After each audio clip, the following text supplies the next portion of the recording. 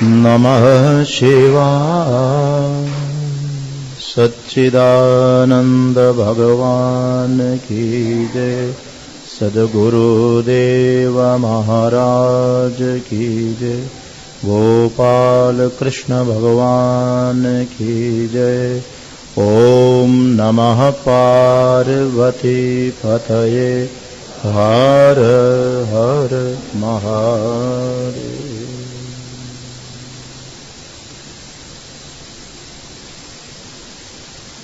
विशेष सत्संग के पावन निमित्त में सायंकालीन सत्र में ओम नमः शिवाय इस पंचाक्षर महामंत्र का विचार चल रहा था। आज इस विचार को पूर्णता की ओर ले जाने का प्रयास करेंगे।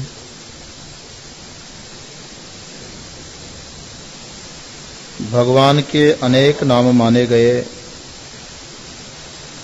विष्णु सहस्त्र नाम का पाठ करो 1000 नाम, गोपाल सहस्त्र नाम का पाठ करो 1000 नाम, शिव सहस्त्र नाम का पाठ करो 1000 नाम।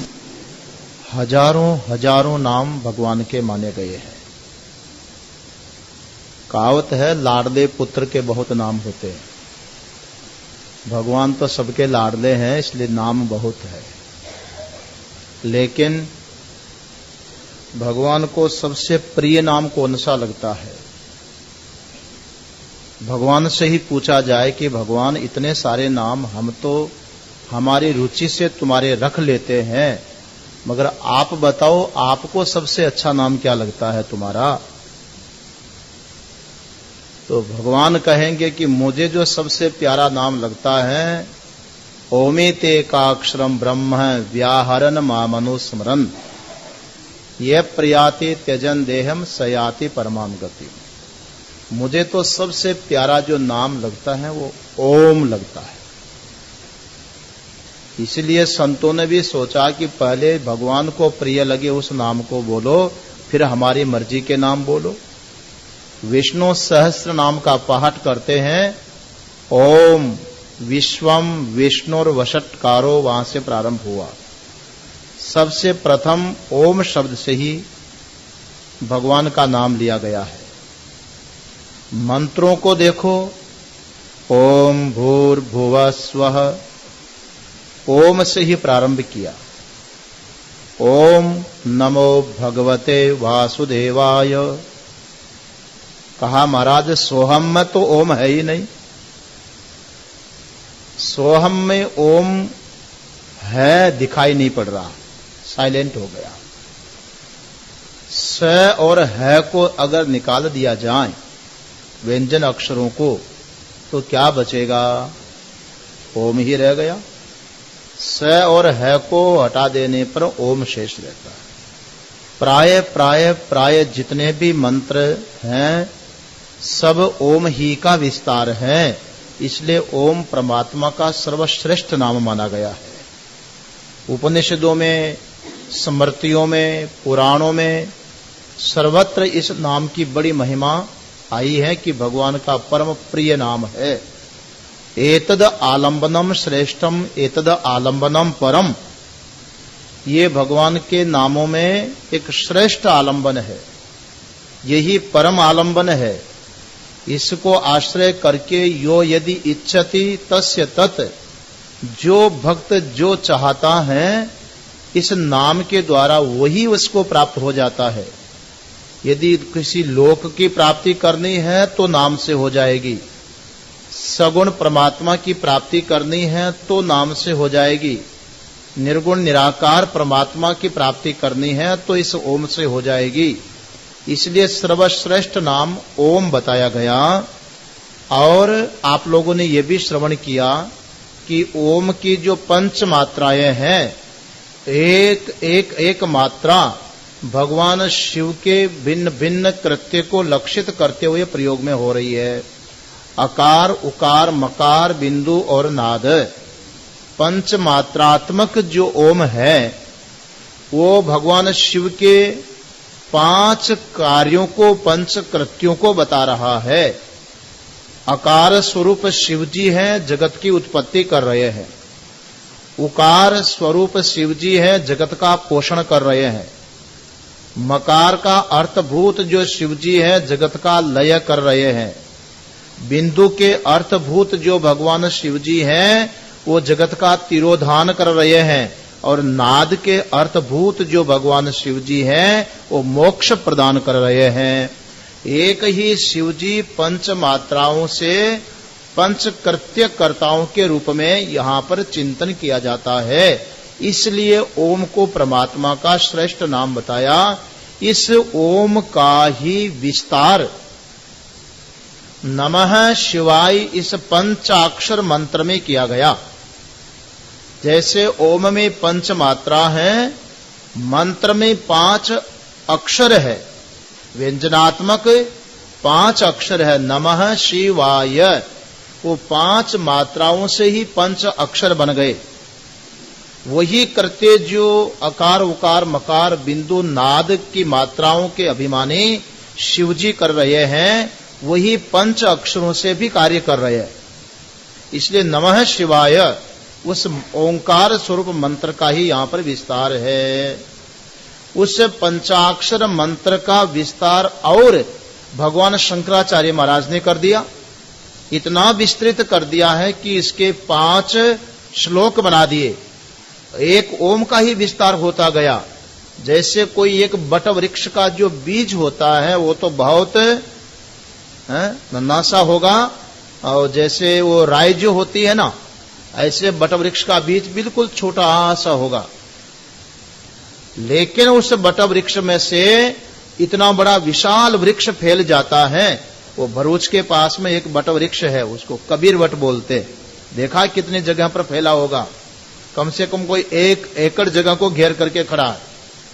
तो इतना बड़ा जो एरिया घेर रखा है, वो बट वृक्ष एक राई जितने से बीज में से प्रकट हो रहा है। इसी प्रकार से ये पूरा जो अर्थ विगत 8 दिनों से आप लोग श्रवण कर रहे हैं। ये मत समझना कि 8 दिन में आपने इस मंत्र का सब कुछ सुन लिया। जितना सुन पाए हैं और जितना वक्ता चिंतन कर पाए हैं, ये भगवान शिव की कृपा है। बाकी तो भगवान की महिमा का, उसके अर्थ का और उसके मंत्र का कहीं भी अंत नहीं आ सकता है। अनंत है। जीवन भर भी चिंतन करो तो भी अंत नहीं आएगा। इतना विस्तृत इसका अर्थ है। बट वृक्ष की तरह फैला हुआ अर्थ है इसके अंदर। ऐसा जो पंच अक्षरात्मक ये महामंत्र है, उस पर भगवान शंकराचार्य महाराज ने एक एक श्लोक पर जो विस्तार लिखा है, यथामति यथा स्थिति यथा समय, उसका हम लोगों ने चिंतन किया है। 3 श्लोकों तक तो विचार हो गया। नकार का अर्थभूत भगवान शिवजी नागेंद्र है, त्रिलोचन है, भस्मांग राग है, महेश्वर है, नित्य है, शुद्ध और दिगंबर है। ये नकार का अर्थ हुआ नमः शिवाय में, जिसका विस्तार समय के अनुरूप हम लोगों ने पीछे किया है। मकार का जो अर्थ बताया है वो दूसरे श्लोक में। इन श्लोकों पर ध्यान दो आप। प्रत्येक श्लोक को जब उठाते हैं, प्रथम पद उसका जो आता है, उस पद का उपक्रम जो प्रारंभ हो रहा है, उस अक्षर से ही हो रहा है जो मंत्र में आ रहा है। आप देख लीजिए, नमः शिवाय में जो न अक्षर है, उस न के अर्थ के रूप में श्लोक उठाया नागेंद्र हाराय। यहां न आया है कि न, देखो न का विस्तार किया तो नागेंद्र हार से न से ही शुरू किया है। और म का जो अर्थ करते हैं, नमः में जो मकार आया, उस मकार के अर्थ को शंकराचार्य भगवान ने द्वितीय श्लोक में लिखा, तो उस श्लोक को भी मकार से ही उठाया। मंदाकिनी मैं से उठाया।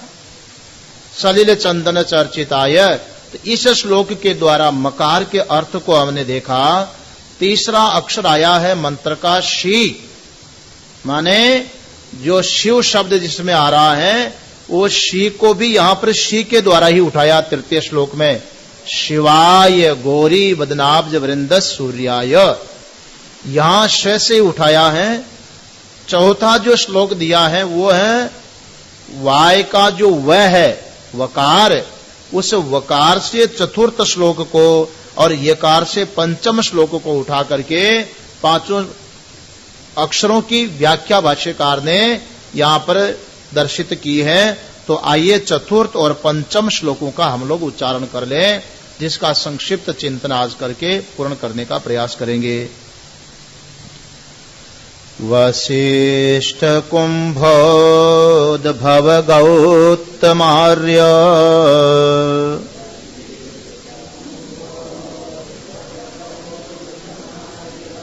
मुनीन्द्र देवार्चित शेखराय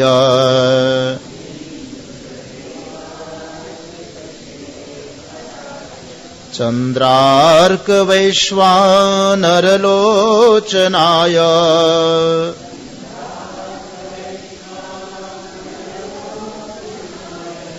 तस्मै वकाराय नमः शिवाय।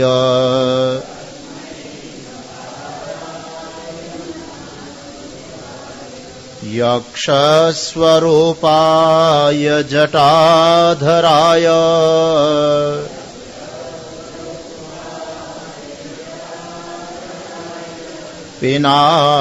पिनाकहस्ताय सनातनाय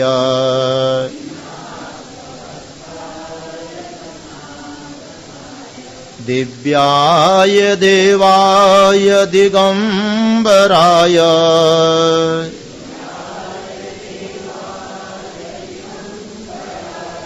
तस्मै यकाराय नमः शिवाय।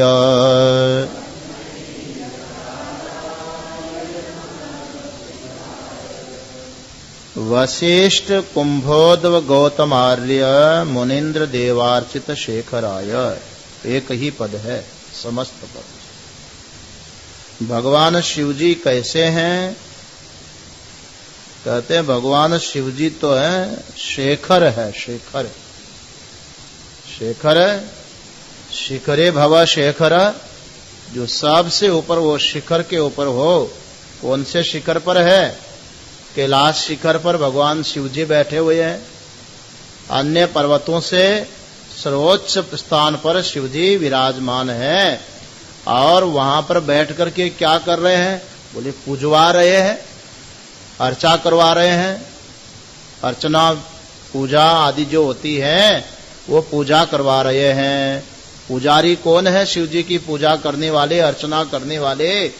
तब कहते हैं कि वशिष्ठ जी महाराज हैं, अगस्त्य ऋषि हैं, गौतम महाराज हैं, बड़े बड़े श्रेष्ठ आर्य पुरुष हैं, और मुनीन्द्र व्यास जी महाराज हैं, इंद्र देवता हैं, सब भगवान शिव जी की अर्चना करने वाले हैं, शिखर पर सबसे ऊपर विराजमान होने वाले। कहते हैं जो पूजा कर रहे हैं उन पुजारियों को भगवान देखते हैं कि समाधि में ही बैठे रहते हैं। उनको ये भी ध्यान है कि नहीं कि मेरी अर्चा पूजा कौन कर रहा है? बोले हैं भगवान के तीन तीन आंख से देख रहे हैं। चंद्रार्क वैश्वानर लोचनाय, भगवान शिव जी के त्रिलोचन है ना, पीछे सुना आपने। वो तीन लोचन कौन है? चंद्र अर्क माने सूर्य, वैश्वानर माने अग्नि। चंद्रमा, सूर्य और अग्नि त्रिनेत्र वाले भगवान शिव जी हैं, जो सबको देख रहे हैं। कौन क्या कर रहा है? पूजा भीतर से चल रही है कि बाहर से चल रही है, वो भी शिव जी अच्छी तरह से देख रहे हैं। कहाँ बैठ करके देख रहे हैं? सबसे ऊपर बैठ करके देख रहे हैं। तो भगवान शिव जी वहां तो शिखर पर बैठ करके, कोई ऊपर चढ़ जाए तो सब नीचे वाले दिखाई पड़ेंगे, मगर यहां पर जिनको देख रहे हैं वो शिखर कौन सा है? ये हमारे भीतर में सबसे ऊपर बैठे हुए हैं। भगवान शिव जी हृदय में विराजमान है, आत्मा रूप से हृदय शिखर पर बैठ करके, सबसे ऊपर बैठ करके, जहां पर हमारी इंद्रियां न पहुंचे, हमारा मन न पहुंचे, हमारी बुद्धि न पहुंचे, लेकिन वो सबको ऊपर बैठ करके साक्षी रूप से शंकर आत्मा सबको देख रहा है। इसलिए मानस स्तोत्र में एक श्लोक आया, लगभग सभी को शायद याद होगा क्योंकि शिव भक्त बैठे हैं। आत्मा त्वम गिरिजा मति ही। भगवान शिव जी कौन है? शिव जी आत्मा है, आत्मा कहां रहता है? हैं? आत्मा के होने पर सब रहते हैं, राजा के होने पर व्यवस्था चलती है। आत्मा सबसे ऊपर बैठा हुआ है और आत्मा के पास में श्रीमती जी भी बैठी हुई है, शिव जी के पास पार्वती जी भी बैठी हुई है। कौन है? वो है मति मानी बुद्धि। आत्मा त्वम गिरिजामति, बाकी सहचरा प्राणा। ये शरीर में इंद्रियां आदि जितने भी हैं वो सब के सब सहचर हैं, वो सेवक हैं, परिकर हैं। इंद्रियां परिकर बता रहे हैं, लेकिन श्लोक में कहते हैं कि यहां तो देवार्चित मुनीन्द्र, इंद्रियां, वशिष्ठ आदि ऋषि, इन सबको बताया गया है। तो वशिष्ठ आदि ऋषि देखो इंद्रियों को भी बोलते हैं, ऋषिक शब्द का प्रयोग होता है। भगवान कृष्ण का गीता में नाम आया ऋषिकेश। ऋषिकेश, ऋषि की इंद्रियों का जो ईश है, स्वामी है, वो भगवान है। तो ऐसे ऋषि क्रिया करने वाले, ऋषियों के कर्म को करने वाले जितने भी हैं, बाह्य दृष्टि से भी ऋषियों ने, वशिष्ठ आदि महाराज ने, अगस्त्य महाराज ने, सबने भगवान की भक्ति की है, शिव जी के भक्त हुए हैं। इसलिए शिव जी के चरणों का आराधन, अर्चन, पूजन करने वाले बड़े बड़े ऋषि हुए हैं। जितने भी ऋषियों का वर्णन आएगा सब शिव भक्त हुए हैं। अब उनकी एक एक की विशेषता बताना तो आज रात कठिन हो जाएगा, है? लेकिन बहुत बड़ी विशेषता रही, एक का उपक्रम कर लो, बाकी उसमें समझना। वशिष्ठ महाराज भगवान शिव जी के परम भक्त थे, इसलिए उनमें वशिष्ठत्व और वशिष्ठत्व दोनों ही आया। वशिष्ठ शब्द भी होता है और वशिष्ठ शब्द भी होता है। शकार और सकार दो होता है, एक तो स दंत्य स होता है और एक तालव्य स होता है। भगवान वशिष्ठ जी महाराज के लिए वशिष्ठ शब्द का प्रयोग भी है और वशिष्ठ का भी है। वशिष्ठ का अर्थ होगा वश करने वालों में श्रेष्ठ पुरुष, जो दूसरों को वश में कर ले, वशिष्ठ। और वसुमानों में, धनवानों में जो श्रेष्ठ है वो है वशिष्ठ। दोनों ही विशेषता जिनमें थी, ये थी शिव जी की कृपा से। इसलिए वशिष्ठ महाराज और वशिष्ठ महाराज दो नाम जो प्रसिद्ध हुए, वशिष्ठ भी और वशिष्ठ भी, वो शिव जी का आशीर्वाद ही रहा, क्योंकि शिव जी के परम भक्त थे। देखो भगवान का जो भक्त होता है वो भक्त दुश्मन को भी मित्र बना लेता है, और अभक्त होंगे, अहंकारी जो पुरुष होंगे, वो मित्र को भी दुश्मन बना लेगा। कथाएं तो बहुत हैं, लेकिन अब समय नहीं रह गया। द्रोणाचार्य महाराज और द्रौपदी के पिता द्रोण, द्रुपद और द्रोणाचार्य दोनों के दोनों मित्र थे, गुरुकुल में साथ पढ़े। लेकिन आप देखिए, द्रोण जो बड़े बुद्धिमान थे, इसलिए द्रुपद को भी मित्र बना लिया, और द्रुपद बुद्धिमान नहीं था, भक्त नहीं था, इसलिए द्रोण मित्र को भी दुश्मन बना लिया। इसी प्रकार से वशिष्ठ महाराज के संबंध में भी बड़ी सुंदर कथा आती है कि एक बार राजा विश्वामित्र अपने सैन्य दल को, लाव लश्कर को साथ में लेकर के ओबामा की तरह किसी वन में गए। वो तो भारत में आए, लेकिन वो गए वन भ्रमण के लिए, और वन भ्रमण के लिए गए तब वशिष्ठ महाराज को पता चला कि राजा विश्वामित्र यहां पर आए हुए हैं, तो हम वन में रहने वाले लोग हैं, इसलिए एक दिन वन भोज में उनको बुलाया जाए। तो भोजन का निमंत्रण दिया विश्वामित्र जी को। एक शिष्य को भेजा कि जाओ राजा को ऋषि आश्रम की ओर से निमंत्रण दो कि हमारे गुरुदेव वशिष्ठ महाराज ने आपके लिए निमंत्रण भेजा है, कल का प्रसाद हमारे आश्रम में हो जाए। विश्वामित्र कहने लगे, मैं अकेला नहीं हूं, मेरे साथ में बहुत लोग हैं। तो वशिष्ठ महाराज ने संदेश भिजवाया कि जितने भी लोग हैं सब आवे, सबके भोजन की व्यवस्था होगी, सबके लिए भोजन की व्यवस्था हो जाएगी। बुला लिया। अब देखा, वो पहले राजा विचार करते रहे कि इन बाबाओं के, ऋषियों के आश्रम में इतने लोगों की भोजन की व्यवस्था कैसे होगी। मगर दूसरे दिन जब भोजन के लिए आए तो देखा पांतिये लगा दिए गए, पत्तल थाली लगा दी गई और सब के सब भोजन में बैठ गए। और आश्चर्य तो तब हुआ, जिसको जैसा भोजन पसंद है वैसा भोजन सामने आया। कोई मीठा खाने वाले को रसमलाई सामने आ गई, नमकीन खाने वाले को नमकीन भोजन सामने आ गया, किसी को शुगर की मनाई थी, डॉक्टर ने कहा बहुत खा चुके बंद करो वो भी आ गया। जिसको जैसा भोजन चाहिए वैसा भोजन आने लगा। राजा भी आश्चर्यचकित हो गए कि इतनी बड़ी व्यवस्था इन बाबाओं के पास कहां से आई। पता लगाया, भोजन के बाद जब मिले बैठे, पहले भोजन और फिर संवाद किया, तब वशिष्ठ महाराज कहने लगे कि हमारे पास में कामधेनु है और कामधेनु की कृपा से जो जैसा चाहिए वैसा प्रसाद मिल जाता, जैसा संकल्प करें वैसा मिल जाता है। विश्वामित्र राजा कहने लगा कि ये कामधेनु तो हम ले जाकर के छोड़ेंगे। अरे जंगली बाबा तुम क्या करोगे, तुम्हारे कितने से विद्यार्थी हैं। बोले नहीं नहीं, हमारे मेहमान आए तो उनका स्वागत करते हैं, ब्रह्मचारी पढ़ते हैं, उनकी व्यवस्थाएं होती है। विश्वामित्र कहने लगा कि नहीं, कामधेनु तो मैं लेकर के जाऊंगा, इसलिए आप राजा को ऐसे भेंट कर दो तो ठीक है, ऐसे नहीं दोगे तो वैसे ले लेंगे। तो वशिष्ठ महाराज कहने लगे कि ये देने की चीज नहीं है, हमें भी प्रसाद में मिली हुई है, ये तो कोई थोड़े समय के लिए इंद्र देवता बन गया था, पुण्य के स्वरूप उसके द्वारा दिया गया है, इसलिए ये तुमको नहीं दी जा सकेगी। उन्होंने मना किया तो विश्वामित्र कहने लगा कि आप नहीं दोगे तो हम युद्ध करके और सैन्य बल से प्राप्त कर लेंगे। और तब उन्होंने आक्रमण कर दिया। आक्रमण किया, इतने में तो कामधेनु के शरीर में से ही इतने सारे योद्धा प्रकट हो गए, विश्वामित्र की सारी सेना को भूमि पर सुला दिया। और इतना ऐसे कामधेनु जिनको प्राप्त थी वशिष्ठ महाराज को, ये वशिष्ठ भगवान शिव जी के भक्त होने से ही उनको प्राप्त हुई है। ऐसे वशिष्ठ थे। और विश्वामित्र को जब प्राप्त नहीं हुआ, उसके बाद में विश्वामित्र ने देखा कि मेरा इतना बड़ा जो क्षत्रिय बल है, इस ब्रह्म तेज के बल के सामने सब परास्त हो गया। इसलिए विश्वामित्र कहने लगा, दिग्बलम क्षत्रिय बलम ब्रह्म तेजो बलम बलम।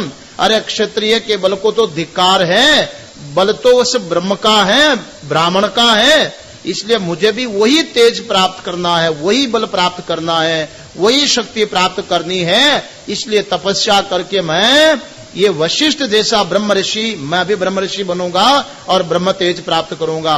क्षत्रिय तेज तो विफल हो गया इसके सामने। और कठोर साधना करके विश्वामित्र ब्रह्म ऋषि बनने के लिए और तेज किया। दुनिया में सब लोग कहने लगे कि देखो राजऋषि विश्वामित्र अब तो ब्रह्म ऋषि बन गए हैं। एक दिन विश्वामित्र जी वशिष्ठ महाराज के सामने आए और वशिष्ठ महाराज ने देखा आज विश्वामित्र ऋषि बनकर के आए, लेकिन वही धनुष बाण आदि कंधे पर टंगे हुए हैं। कहने लगे वशिष्ठ जी महाराज, आइए आइए राजऋषि पधारिए, स्वागतम। विश्वामित्र को बहुत बुरा लगा। बोले इतना कठोर तप करके भी मैं राजऋषि हूं, अब तक ब्रह्म ऋषि नहीं बना, ठीक है और तपस्या करूंगा और वशिष्ठ महाराज तुम्हें ब्रह्म ऋषि होकर के दिखाऊंगा। और कठोर साधना करके फिर आए। अब तो दुनिया में पूरा प्रचार हो चुका कि राजऋषि नहीं रह गए, वो तो ब्रह्म ऋषि हो गए, ब्रह्म चिंतन में लगे हैं। और फिर भी वशिष्ठ के महाराज के सामने आवे तो वशिष्ठ जी कहे आइए राजऋषि आइए। सारी दुनिया ब्रह्म ऋषि बोले और वशिष्ठ जी राजऋषि कहे। आखिर में विश्वामित्र ने सोचा आखिर ब्रह्म ऋषि तो हो ही गया हूं, तो इसको जो ब्रह्म बल प्राप्त है वशिष्ठ को, वो ब्रह्म बल अब मुझे भी प्राप्त हो गया है। एक ही काम करना पड़ेगा, सब जगह तो ब्रह्म ऋषि हो गया और ये अकेला व्यक्ति मुझे ब्रह्म ऋषि नहीं बोलता है, अब इसको ही मैं ऊपर पहुंचा दूं, न रहे बांस न बजे बांसुरी। योजना बना ली। आज रात्रि को इसे समाप्त कर देना है। योजना बनाई, रात्रि के समय अपने शस्त्र अस्त्र उठाए और उस वन में जिस प्रण कुटीर में वशिष्ठ महाराज और अरुंधति के साथ में रहते थे वहां आकर के कुटिया के पीछे छुप गए। जब ये सो जाएगा उसके बाद आक्रमण किया जाएगा, अथवा रात्रि को दिशा शौच आदि के लिए बाहर निकलेगा, वहीं खत्म करके भाग जाऊंगा। और बैठ गया। वही शयन का काल था, 10-11 रात्रि को बजे होंगे। इतने में तो भीतर से कुछ बतियाने की आवाज सुनाई पड़ी। पति पत्नी दोनों, ऋषि और पत्नी बात कर रहे हैं। और अरुंधति कहने लगी, भगवान आप एक बात बताइए, वो बेचारे विश्वामित्र कितने परेशान हैं। सब लोग उनको ब्रह्म ऋषि बोलते हैं, तो आप ब्रह्म ऋषि क्यों नहीं बोल देते? आपका क्या लग रहा है? सब ब्रह्म ऋषि कहते तो आपको भी ब्रह्म ऋषि बोल देना चाहिए। कितने कठोर तप साधना करके दुनिया में ब्रह्म ऋषि के नाम से प्रसिद्ध हो चुके हैं। इतने में वशिष्ठ महाराज कहने लगे, ब्राह्मणी तुम्हें पता नहीं है, मैं इसलिए ब्रह्म ऋषि नहीं बोलता हूं कि जब तक मैं ब्रह्म ऋषि शब्द का प्रयोग नहीं करूंगा तब तक वो और साधना करते जाएंगे, भगवान शिव की भक्ति करते जाएंगे, और जो जो भक्ति करेंगे उनका तेज और भी बढ़ता जाएगा और भी बढ़ता जाएगा। तो मेरा ये विचार है कि वो मेरे से भी महान तेजस्वी हो जाए, मेरे से भी बड़े हो जाए, महान हो जाए। इसलिए यदि मैं उनको ब्रह्म ऋषि बोल दूंगा तो उनकी साधना को यहीं पर विराम लग जाएगा। यही कारण है कि ब्रह्म ऋषि नहीं बोल रहा हूं, वो उनको मैं मेरे से भी महान देखना चाहता हूं। ये बात जब विश्वामित्र ने पीछे बैठ करके छुप करके सुने तो उनका सारा जो अभिमान था वो गलित हो गया और आर्द्रता में नेत्रों में पानी आ गया। द्वार के पास आकर के और धनुष बाण को फेंक करके एक परिकर की भांति, एक सेवक की भांति आकर के बैठ गए। और जो ही सवेरे वशिष्ठ महाराज कुटिया का दरवाजा खोल के बाहर निकले, विश्वामित्र जी ने साष्टांग प्रणाम किया। उस समय जब प्रणाम करने लगे तो वशिष्ठ महाराज कहने लगे, खुश रहो, प्रसन्न रहो, ब्रह्म ऋषि जी प्रसन्न रहो। क्यों? क्षत्रियत्व का तप तो किया, लेकिन क्षत्रियत्व का अब तक अभिमान नहीं गया था। धनुष बाण तो साथ में टिके रहते थे, इसलिए विश्वामित्र जी महाराज ब्रह्म ऋषि हो गए। अब देखिए, इतना बड़ा अपराध की सोचने वाले पर भी कितने बड़ी कृपा करने वाले, उन्होंने अपने अहम को अपने आप पर कितना वश किया होगा। जो प्रतिकार की भावना सोचता है, अपकार का विचार करता है, उसके प्रति भी हित की भावना रखने वाले ये वशिष्ठ महाराज कितने महान होंगे। ये भगवान शिव की भक्ति से ऐसी मति प्राप्त होती है। ऐसे ऐसे बहुत महापुरुष हुए। कुंभोद्भवम, कुंभोद्भव का अर्थ होगा कुंभ से जो उद्भव हुआ है, प्राकट्य जिनका हुआ है, वो है अगस्त्य ऋषि महाराज। भगवान शिव के परम भक्त थे। वो तो महाराज विश्वनाथ का सानिध्य भी नहीं छोड़ना चाहते थे। विंध्याचल पर्वत निवासी ब्राह्मणों ने जाकर के प्रार्थना किया, तब वहां से चल करके आए थे, नहीं तो शिव जी के परम भक्त थे। और गौतम महर्षि, जिनके तप के प्रभाव से, शिव भक्ति से गौतम में गंगा का प्रादुर्भाव हुआ है, बहुत बड़े अकाल का निराकरण हुआ है और पूरे देश में एक खुशहाली हुई है। ऐसे गौतम ऋषि को भी भगवान शिव की भक्ति से ही इतना सामर्थ्य प्राप्त हुआ था कि भयंकर अकाल पड़ा देश में, और उस समय भी त्र्यंबकेश्वर के क्षेत्र में अकाल नहीं पड़ने दिया। शिव भक्ति के प्रभाव से वृष्टि की, जीवों के प्राण बचाए। और आज भी उसका तप का प्रभाव शायद सब जगह सूखा पड़े, लेकिन नासिक का जो क्षेत्र है, त्र्यंबकेश्वर का क्षेत्र है, शायद ही वहां कभी सूखा पड़ता हो। ये शिव भक्ति का ही प्रभाव है। ऐसी ऐसी शक्ति गौतम महाराज को, बड़े बड़े आर्य माने पूज्य श्रेष्ठ पुरुष हुए हैं, ऋषि उनको प्राप्त हुई। व्यास जी महाराज ने शिव की भक्ति किया है। बड़े बड़े देवताओं से भी भगवान शिव अर्चित हुए हैं। देवताओं ने वंदना किया, देवताओं ने भक्ति की। आपने सुनी होगी कथा, ब्रह्मा जी महाराज और विष्णु जी में झगड़ा हो गया। भगवान शेष नारायण सोए हुए थे और ब्रह्मा जी गए, जाकर के ठूठ की तरह खड़े हो गए, प्रणाम नहीं किया भगवान विष्णु को, शेषशाही को।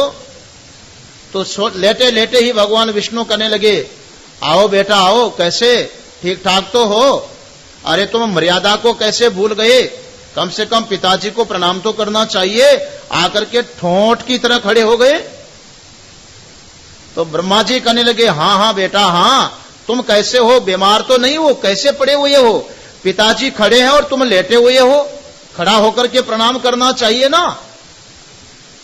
ब्रह्मा जी कहते विष्णु जी को कि तुम मेरे पुत्र हो, मेरे बेटे हो, इसलिए खड़े होकर के मेरे पैर पर चरण स्पर्श करो, आशीर्वाद ले लो मेरे से, मर्यादा को ना भूलो। और भगवान विष्णु कहते हैं, ब्रह्मा अरे तू मेरा बेटा है, नाभि कमल से पैदा हुआ है, इसलिए मेरा पुत्र है, आकर के पिता के चरण स्पर्श करना चाहिए। एक स्थाणु की भांति आकर के खड़ा हो गया। अब वो कहते तुम मेरे पुत्र हो, वो कहते तुम मेरे पुत्र हो, झगड़ा हो गया।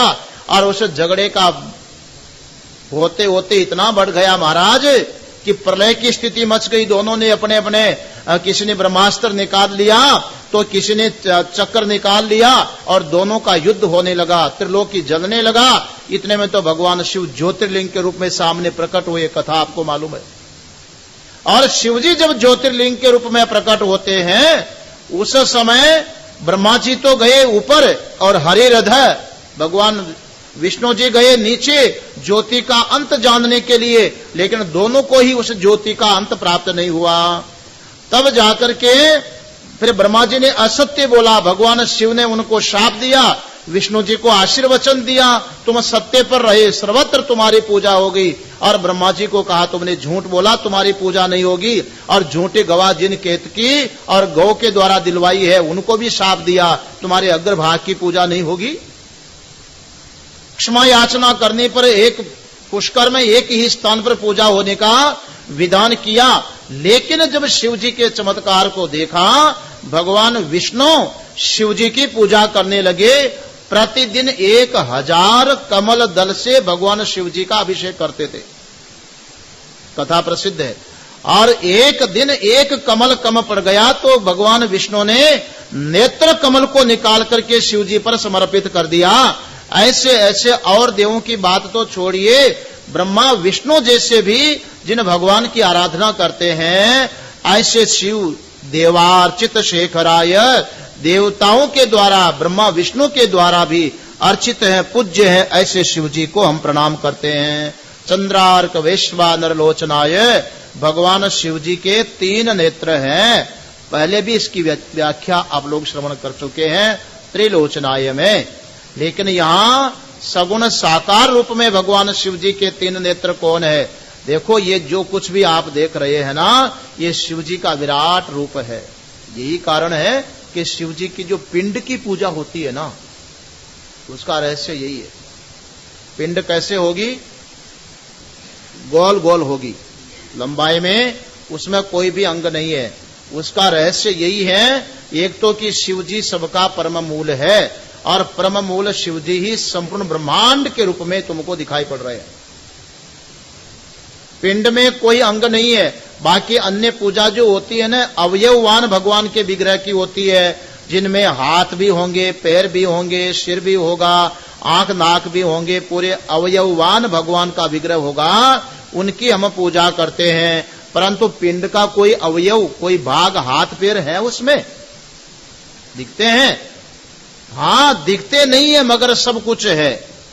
इसलिए पिंड की पूजा करते हैं कि शिव परम मूल तत्व का नाम है, जिसमें सारी की सारी मूर्तियां प्रकट हो रही है।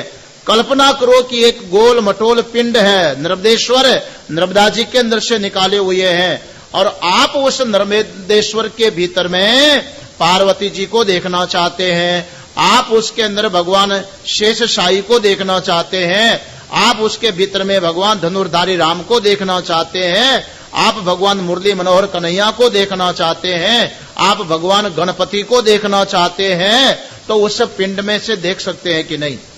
कैसे देखोगे?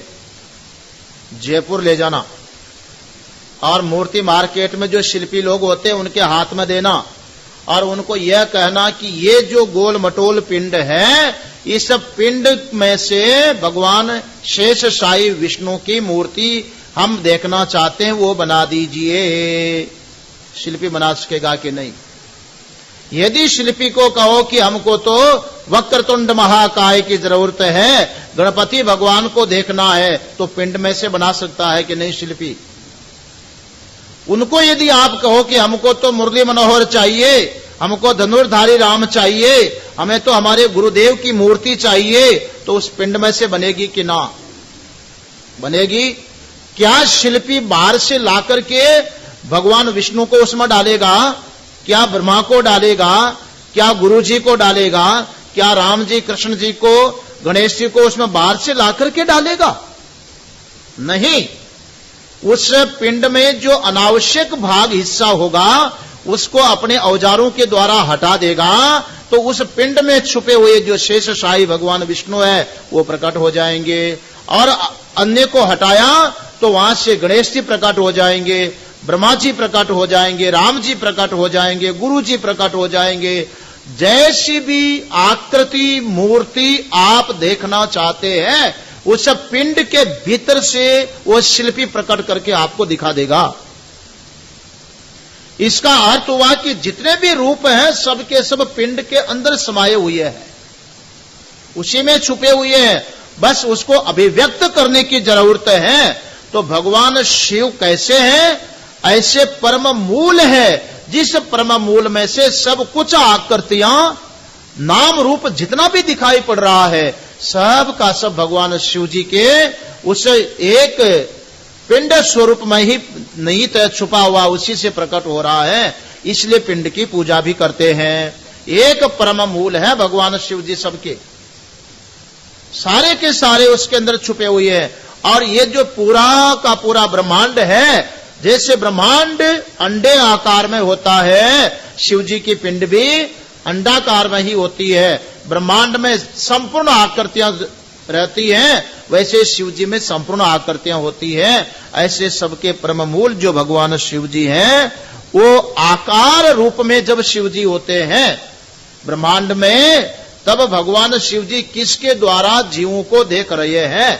आंख तो चाहिए, कर्ण तो चाहिए, तब भगवान शिव जी को देखने के लिए ये त्रिनेत्र है। भागवत में एक बहुत अच्छी बात आई है, अजामिल के प्रसंग को आप पढ़ना हो सके, वहां पर यमदूत जब आते हैं तो भगवान के पार्षदों के साथ में उनका संवाद चलता है। तब भगवान के पार्षदों ने कहा कि यहां क्यों आए? कहा इस पापी को लेने के लिए आए, यम यातना दी जाएगी। पार्षद कहते ये नारायण नारायण बोल रहा है, अब पापी कैसे रह गया? तब दूतों ने कहा ये नारायण जिसको बोल रहा है वो तुम्हारा भगवान नहीं है, ये तो छोकरे का नाम है, उसको नारायण बोल रहा है, बाकी इसने बहुत पाप किया है। वहां पर उनके आपस में संवाद हुआ। तब विष्णु के भगवान के पार्षदों ने यमदूतों के पूछा कि तुम धर्म राज के दूत हो, क्या धर्म को जानते हो? हाँ, धर्म क्या है? तब वो कहते वेद विहित तो धर्म है, यह धर्मस्तद व्यप्रिय। जो वेद विहित वो धर्म है और वेद निषिद्ध है उसका नाम अधर्म है। और कोई भी जीव जो कर्म करता है उसको जानने वाले साक्षी बहुत तत्व होते हैं। भगवान कई रूप होकर के कर्मकर्ता को देख रहा है, वहां तो बहुत नाम आया।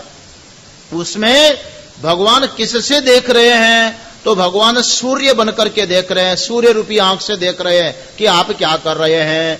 भगवान चंद्रमा बनकर के देख रहे हैं कि आप क्या कर रहे हो। भगवान अग्नि बनकर के शिव जी देख रहे हैं कि जीव क्या कर रहा है। तीनों नेत्रों से जीव को देख रहा है। कहा महाराज रात्रि का समय हो और अमावस्या की रात्रि हो, दिन भी नहीं है, चंद्रमा भी नहीं है, और लाइट बंद कर लें, घोर अंधकार में कुछ करेंगे तब तो शिव जी को पता नहीं चलेगा ना, फिर तो कर सकते हैं कि नहीं? कहा शिव जी को हमेशा पता चलता है, शिव जी की तीनों आंखें हमेशा खुली रहती है। शिव जी बाहर से नहीं, शिव जी की आंखें भीतर भी काम कर रही है। बाहर से तीन नेत्र वाले हैं, ऐसे ही भीतर में आत्मा रूपी जो शिव जी है वो भी तीन नेत्रों से देख रहे हैं। वो तीनों के तीनों सूर्य, चंद्रमा और अग्नि हमारे शरीर के भीतर में नेत्र का अनुग्राहक होकर के सूर्य बैठा हुआ है। मन का अनुग्राहक होकर के चंद्रमा बैठा हुआ है और वाणी का अनुग्राहक होकर के अग्नि बैठा हुआ है। तीनों ही देवता भीतर में ही बैठे हुए हैं। आप बाहर की लाइट बंद कर दो मगर भीतर की लाइट बंद नहीं होगी, वो तो भीतर की जलती रहेगी। और उस प्रकाश में तीनों नेत्रों से भगवान शिव जी देख रहे हैं कि कौन जीव क्या कर रहा है। ये बड़े बड़े ऋषियों ने जो भगवान की पूजा अर्चना की है, उनको इसलिए उनकी तपस्या का फल प्राप्त हुआ है कि भगवान भीतर में ही बैठ करके नेत्र से देख रहे हैं, नेत्र में बैठ करके, मन में बैठ करके चंद्रमा से देख रहे हैं, तो वाणी पर बैठ करके अग्नि से देख रहे हैं। जो भी करता है भगवान सबको देखते हैं। इसलिए आशुतोष किया और तत्काल भगवान फल देकर के छुट्टी करते हैं। तुमने किया और हमने दिया, भैया तुम्हारा काम हुआ, अब दूसरे को संभालेंगे। इसलिए भगवान शिव जी जो आशुतोष हैं, चंद्रार्क विश्वानर लोचन है, अध्यात्म दृष्टि से भी सबको देख रहे हैं तीनों नेत्रों से, और आदि भौतिक दृष्टि से भी अग्नि, सूर्य और चंद्रमा के रूप में सबको देखने वाले हैं। ऐसे शिव जी को वकार के अर्थ रूप में हम प्रणाम करते हैं। पिनाक हस्ताय सनातनाय दिव्याय देवाय दिगंबराय तस्मै यकाराय नमः शिवाय यक्ष स्वरूपाय जटाधराय। भगवान शिव जी यक्ष स्वरूप है।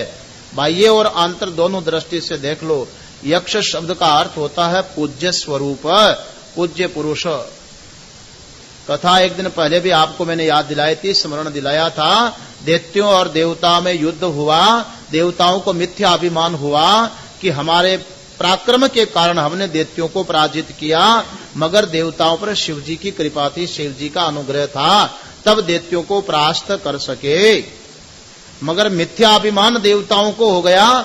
उस अभिमान को मिटाने के लिए भगवान शिव जी यक्ष रूप में खुले आकाश में प्रकट होते हैं और उसको देख करके देवता विचार करने लगे कि ये पूज्य पुरुष कौन है, दीप्यमान पुरुष है, ये कौन है। समझ न पाए तब अग्नि देवता को कहा कि तुम जान करके आओ कि ये कौन है। अग्नि देवता गया बड़े अभिमान से, लेकिन वहां जाते जाते अग्नि का तेज भी निस्तेज होने लगा। जाने बिना ही वापस लौट करके आया। बड़ा अभिमानी था, दो दो नाम से परिचय दिया था कि मैं वैश्वानर हूं, मैं अग्नि हूं। नहीं जान पाया, एक तिनके को भी न जला सका।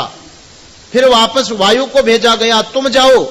वायु भी बड़े अभिमान से गर्व के साथ में गया कि मैं इसको पहचान करके आऊंगा, लेकिन पहचानना तो दूर है, वहां जाते जाते वाणी बंद हो गई। यक्ष ने पूछ लिया तू कौन आया है? वो कहने लगा वायु हूं, मातृस्वाभी हूं, दो नाम है मेरे। क्या कर सकता है? कहा मैं चाहूं तो एक फूंक मारूं, पूरी दुनिया को उड़ा दूं। कहा कि तेरा भाई पहले भी आया था, वो दुनिया को जलाने वाला, तिनके को न जला सका। चल तो एक काम करिए, तिनका पड़ा इसको उड़ा दे। न उड़ा सका और अभिमान गलित हो गया। वापस लौट करके सभा में पीछे आकर के बैठ गया, जवाब नहीं लगा। उसके बाद में इंद्र देवता गए तो यक्ष वहां से गायब हो गए। पास में ही कोई पार्वती जी दिखाई पड़ी। इंद्र देवता ने पार्वती जी को, उमा को जाकर के पूछा कि ये पूज्य पुरुष कौन थे। तब पार्वती जी ने कहा कि ये तो भगवान शिव थे यक्ष रूप में। इसलिए भगवान शिव जी को कहते हैं यक्ष स्वरूपाय। उस यक्ष रूप में, पूज्य स्वरूप में, दोनों ही है, जो बाह्य यक्ष रूप में प्रकट हुए और सबके लिए जो पूज्य रूप में है, ऐसे भगवान शिव जी को यकार के रूप में प्रणाम करते हैं। यक्ष स्वरूप से नमः शिवाय, अंतिम जो ये है उसकी व्याख्या यहां से शुरू किया। जटाधराय, भगवान शिव जी शरीर पर जटा धारण करते हैं। जटा भी तापस, ऐसा वाक्य आता है। जटा धारण क्यों करते हैं? कि शिव जी बहुत बड़े तपस्वी हैं और तपस्वी होने के कारण तेजस्वी है। तपस्वी होगा वो तेजस्वी होगा, और जो होगा वो जटा धारण करने वाला होगा। ऐसे भगवान शिव जी जटा धारण करते हैं। और जटा धारण न की तो गंगा को धारण कैसे करते? गंगा को धारण न करते तो आज हम कहां गोते लगाते? हरिद्वार कुंभ में किस में नहाते? प्रयाग कुंभ में किस में नहाते? पाप धोने के लिए लोग कहां जाते? आखिर ऐसी गंगा को शिव जी ने जटा में धारण किया है, जो गंगा जिंदे मुर्दे सबका पाप हरण कर लेती है। कोई जिंदा डुबकी न लगावे तो बंबई वालों का तो पता नहीं तो राजस्थान तक के लोग तो मरने के बाद अस्थियों को भी ले जाकर के हरिद्वार में विसर्जित करेंगे। तो ऐसी भगवती गंगा जो सारे पापों का हरण करने वाली, उसको अपने जटा जूट में धारण करने वाले जो शिव जी हैं, जटाधारी ऐसे तापसी तपस्वी भगवान शिव को हम प्रणाम करते हैं, वंदन करते हैं।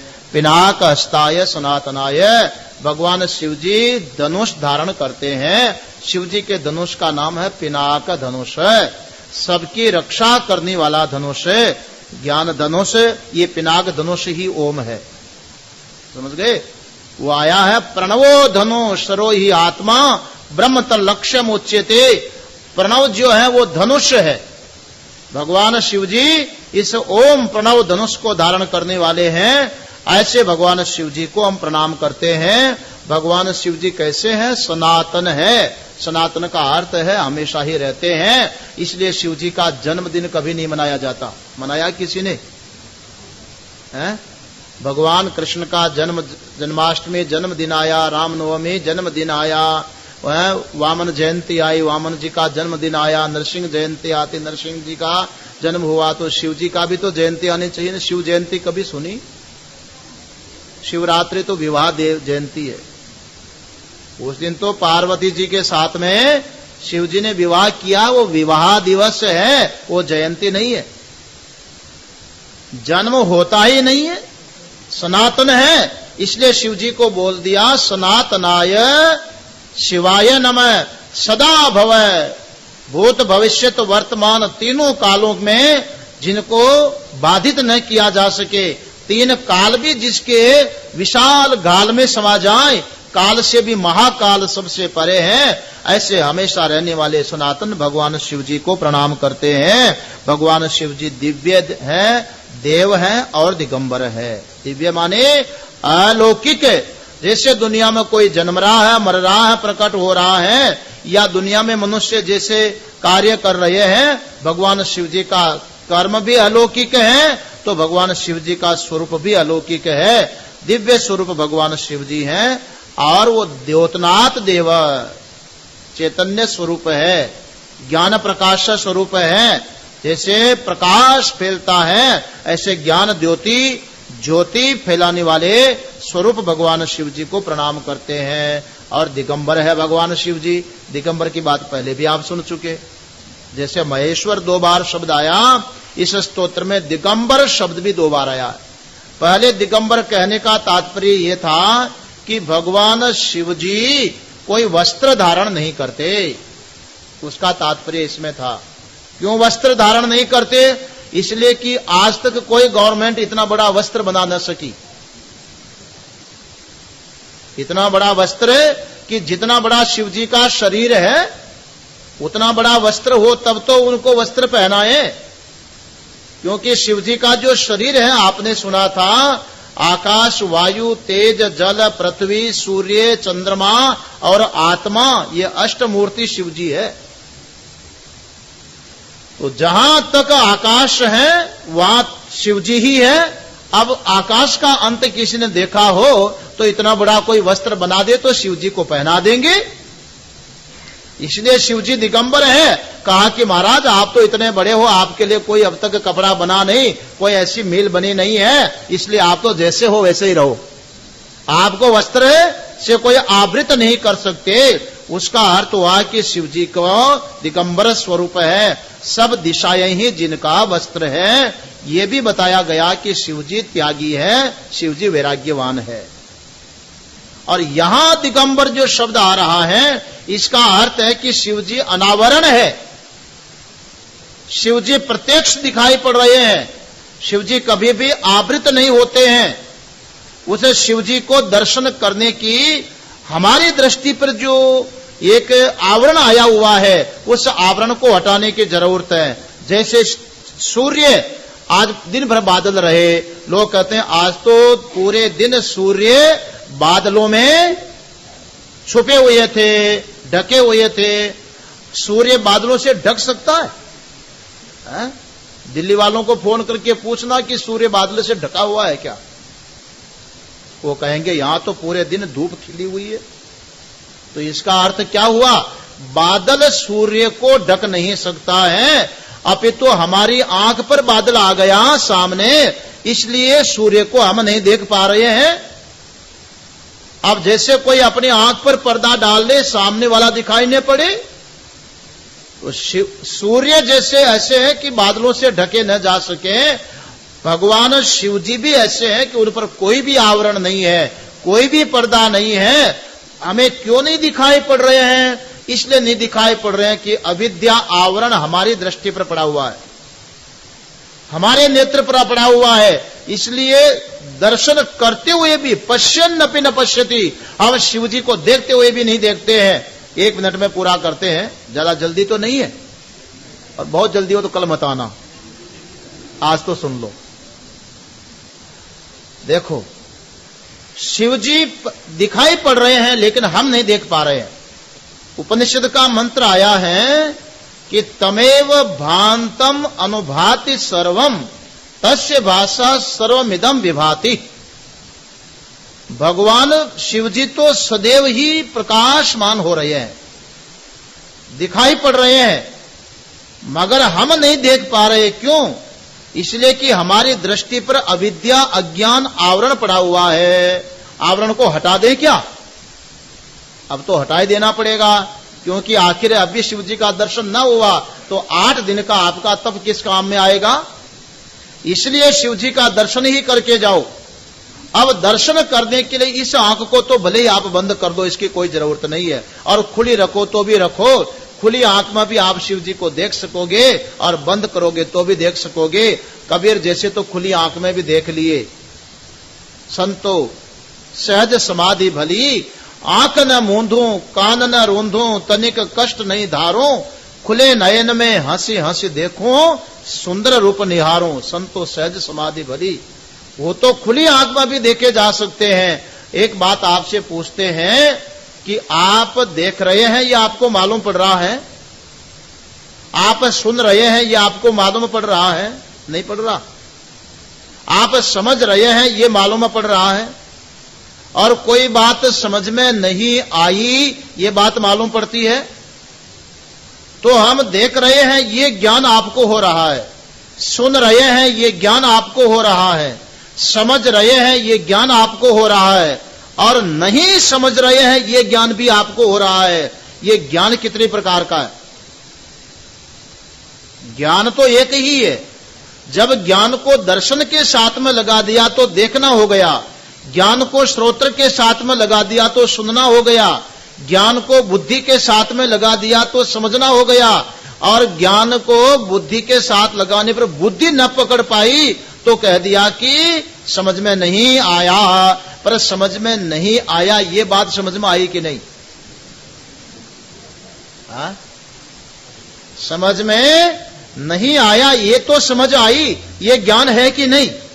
तो समझ का भी ज्ञान है और समझ नहीं है इसका भी ज्ञान है। रात्रि को सो करके उठे और आपने कहा कि आज तो ऐसा सोया मुझे कुछ भी मालूम नहीं रहा। अब ये बताइए, सोते समय कुछ भी मालूम नहीं था, ये मालूम था कि नहीं? ये तो मालूम था, कुछ मालूम नहीं था। तो जिसको कुछ मालूम नहीं है इस बात का मालूम है कि कुछ भी ज्ञान नहीं हो रहा है, उस अज्ञान को जानने वाला रात्रि को सो रहा था कि जाग रहा था? तो सोता कब है फिर? कुछ मालूम नहीं है, दूसरे कहते खर्राटे मार रहा है, और वो कहता मुझे तो खर्राटों का कुछ मालूम नहीं था। कुछ मालूम नहीं था, ये जिसको मालूम था वो सोता कब है? वो कभी भी नहीं सोता है। इसलिए शिव जी कभी सोते नहीं है। वो जो अज्ञान और ज्ञान दोनों ही वृत्तियों को प्रकाशित कर रहे हैं ना, आत्मा रूप से शिव जी सबके भीतर बैठे हुए हैं। वही ज्ञान प्रकाश है, ये बाह्य भौतिक प्रकाश नहीं है। आजकल लोग आंख बंद करवा करके कहते हैं अब देखो कोई प्रकाश दिखाई पड़ेगा, तो कभी पीला कभी नीला कभी कोई धार वाला ऐसा विचित्र दिखता है, कहते यही शिव दर्शन है। अरे बोले भक्तों, ये तो हमारे नेत्र के ऊपर की जो पुतली है उस पर रक्त का जो संचरण चल रहा है वो उसका दृश्य देख रहे हो, ये शिव जी नहीं है। शिव जी तो वो है जिससे तुम देख रहे हो, जिसको देख रहे हो वो शिव जी नहीं है, जिससे देख रहे हो वो शिव जी है। किससे देख रहे हो? आंख से देख रहे हो ना, पर आंख किससे देख रही है? मन से देख रही है। मन किससे देख रहा है? कहा बुद्धि से देख रहा है। तुम्हारी बुद्धि किससे देख रही है? बोले मैं से देख रही है। वो मैं के रूप में कौन है? तो जो मैं तीनों कालों में, जागृत में, स्वप्न में, सुषुप्ति में कभी भी नहीं सोता है, आत्मा रूप से सदैव देखता ही रहता है। नहीं दृष्टु दृष्टे विपरीलोको विद्यते अविनाशित्वात्, अविनाशी तत्व होने से कभी भी जिनकी ज्ञान दृष्टि का लोप न हो, ऐसा भगवान शिव तत्व है। उस शिव तत्व की स्तुति ओम नमः शिवाय के द्वारा यहां पर की गई है विगत दिनों में। पंचाक्षरमिदं पुण्यम यह पठेत, उच्चारण कर लें। पंचाक्षरमिदं पुण्यम यह पठेत शिव सन्निधौ शिवलोकमवाप्नोति शिवेन सह मोदते। पंचाक्षरम इदम पुण्यम, ये पंचाक्षर स्तोत्र भी नहीं बोल रहे हैं। नमः शिवाय, ये 5 अक्षर ही पुण्य है। 5 अक्षरों से पुण्य क्या मिलेगा? ये पुण्य स्वरूप ही है। जैसे मिश्री ही मीठी है तो मिश्री को खाने से क्या मिलेगा? मिठास ही तो मिलेगा। तो ये 5 अक्षर पुण्य है, तो 5 अक्षरों को बोलने से क्या मिलेगा? क्या पुण्य मिलेगा? चित्त शुद्धि हो जाएगी। ये पुण्यवान जो 5 अक्षर हैं जिसके लिए आए हैं वो पवित्र शिव जी की प्राप्ति करा देने वाले हैं। इसलिए यह पठेत शिव सन्निधौ, भगवान शिव जी की सन्निधि में बैठ करके जो इन 5 अक्षरों को ओम नमः शिवाय, ओम नमः शिवाय, नमः शिवाय, ये जो पाठ कोई करे तो उसका फल बताया शिवलोकम वापनोति, उस चैतन्य शिवलोक को प्राप्त कर लेता है। और शिवेन सह मोदते, शिव जी के साथ जैसे शिव जी आनंद घन है ऐसे ही ये साधक भी परम आनंद की प्राप्ति कर लेता है। इस प्रकार से यथा समय यथा सुविधा इस मंत्र का हम लोगों ने विचार किया है। आप लोगों ने बैठ करके बड़े भाव से, प्रेम से जो इसको श्रवण किया है, भगवान महादेव भोलेनाथ से ही प्रार्थना करते हैं कि वो अपना स्वरूप सभी साधकों के हृदय में बैठ करके अपना आप अभिव्यक्त कर दें, स्वयं प्रकट कर दें और सभी साधक उस शिव स्वरूप को प्राप्त करके, शिव सन्निधि पा करके शिव के साथ में आनंदित हो जाएं। यही भगवान से भूरी भूरी प्रार्थना है। इन्हीं के साथ इस बार जो एक विशेष सत्संग का आयोजन ट्रस्ट के द्वारा आयोजित किया गया, वैसे तो हमारी जो ड्यूटी है वो है 7:30 से 8:30 सवेरे और 8:45 से 9:30। वो तो पूर्व निर्धारित सब जो महापुरुषों का कार्यक्रम चलता है उसके अनुरूप ही है। मगर गत वर्ष डालमिया जी सब कमरे में बैठे तो उन्होंने कहा स्वामी जी कुछ भक्त होते हैं जो सवेरे नहीं आ सकते हैं और उनको भी थोड़ा लाभ मिले, तो हमारी इच्छा है कि आप शाम को भी कोई थोड़ा प्रसंग लेकर के सुनाए तो बहुत अच्छा लगेगा। तो मैंने कहा कि हम भी बैठे बैठे क्या करेंगे, खाए पिए को हजम करने के लिए हमको भी तो कुछ चाहिए। इसलिए हमारा तो हाजमोला है कथा। वो वक्ता होते ना, जब तक माइक सामने नहीं आएगा वो हजम नहीं होगा खाया हुआ।